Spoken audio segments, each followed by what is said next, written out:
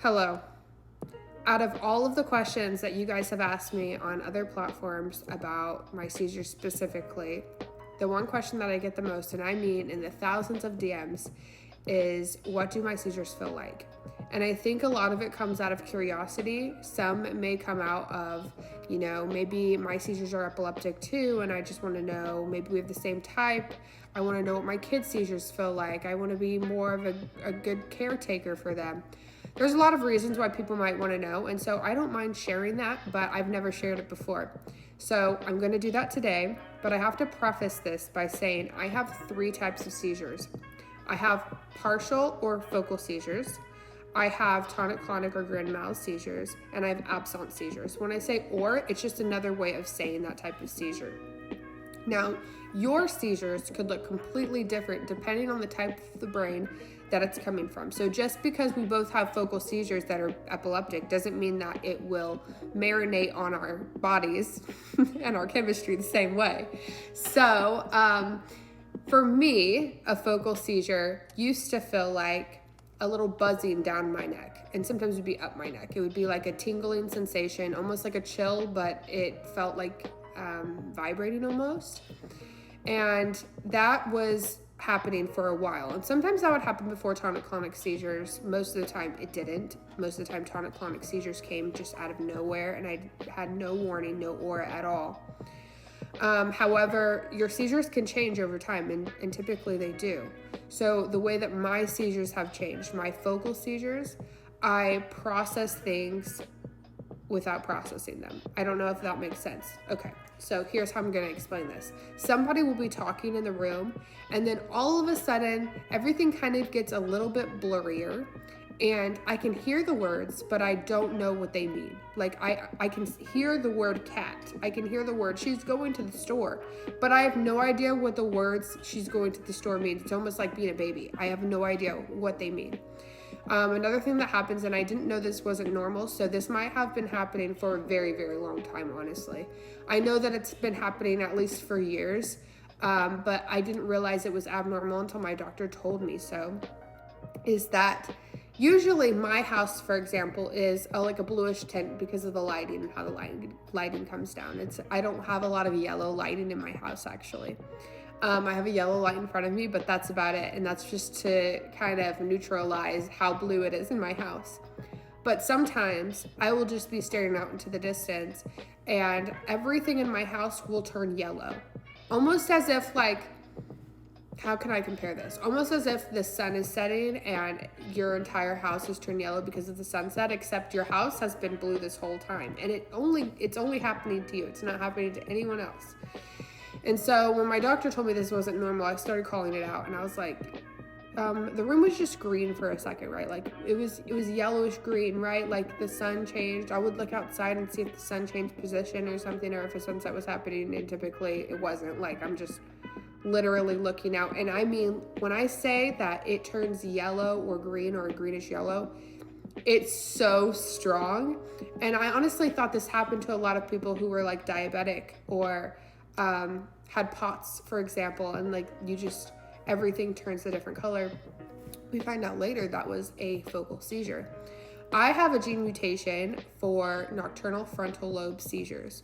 So a lot of the things in the frontal lobe, when I'm having a seizure, will affect me, like my ability to process words, to control my emotions, be able to control rhythm in my face. Sometimes I'll have like clonic jerks in my face during frontal lobe seizures. And that's why I kind of stayed back by saying this is what a seizure feels like for me, because it doesn't feel the same for everyone. It feels different for a lot of people because seizures are almost different for everybody, and everybody has seizures from different places, and a combination of different seizures or different gene mutations. And so my seizures might not look like your seizures. As far as focal seizures go, sometimes I will have awareness and sometimes I won't. Like sometimes I'll have no idea that happened. Like I was just looking out into the distance, and the only reason That we know that some are absent seizures and some are focal seizures is because of an EEG, which is why you need an EEG. And some people need an intracranial EEG, which means that the electrodes go in your brain where they know that seizures have been happening, and then they can kind of study that seizure more, study where those seizures are coming from. And that's kind of how they discovered the differentiation between the two. Now, for tonic-clonic seizures or grand mal seizures, what it feels like to me is essentially blacking out almost. I feel a little bit weird, and a lot of the time my focal seizures are turning into tonic-clonic seizures, and I'm having more focal awareness with my focal seizures than I had in the past. So before, I would just go into tonic-clonic seizure, have no idea, have no memory of it, nothing.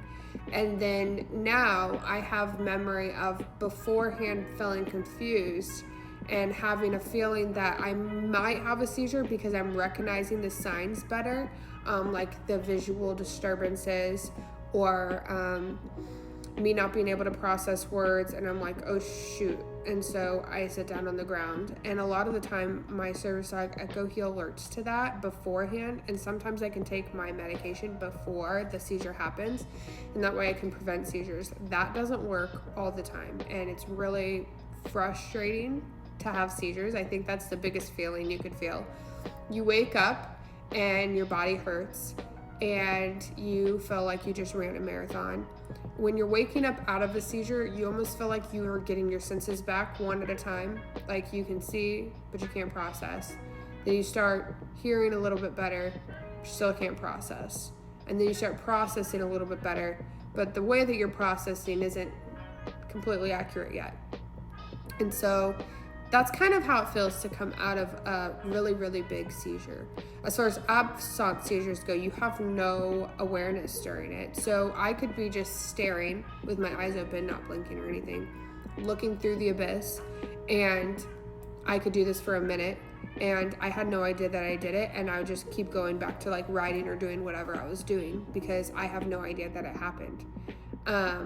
And so I guess that's really all there is to it. Focal seizures are what you truly feel the most, and the after effects of a tonic-clonic seizure. I really hope that helps. As far as like kids having seizures, I understand why adults feel so bad when a kid has a seizure because it looks terrible. And my daughter started having seizures, and so it looks so scary. But knowing what a seizure feels like, I have an idea of what that could entail and how to help her because I go through seizures myself, and we share the same seizure gene mutations. And what happens for her is she has no idea that they happen. She's slowly getting her senses back one at a time. She can't process things that well. So the best thing that I can do is turn her on her left side when she's having a seizure, make sure that there's nothing in her mouth, give her seizure rescue medication that she needs. And turning blue is scary. When a kid turns blue, when an adult turns blue, it's scary. So I kind of like rub up and down her spine, up her sternum. I'll do a sternum rub. That's an actual thing. And we want to encourage circulation while the seizure is happening. It's really, really important. So that's kind of what I do during the seizures for her, and what I would prefer people to do for me. Now, I'm a girl who does not like to be touched. It has been a trait that I've had my entire life. I haven't hugged my parents, and I don't know how long, and it's because I just can't. I truly, truly can't. And it's a symptom of autism. Autism is a spectrum. I don't really share that I'm autistic very often because you can talk, you can look at people in the eyeballs. It's different for girls, and there is still a lot of stigma that comes with autism. So the gene that we have is actually connected to both epilepsy and autism. The SCN2A gene for her is why she's autistic, part of the reason why she's autistic and has epilepsy. And so my point was, I don't really like to be touched in most cases, but when I'm unaware, please do a sternum rub on me, please, because I need it. And then just don't touch me as I'm waking up, because it feels like knives. That's the best way I can describe it.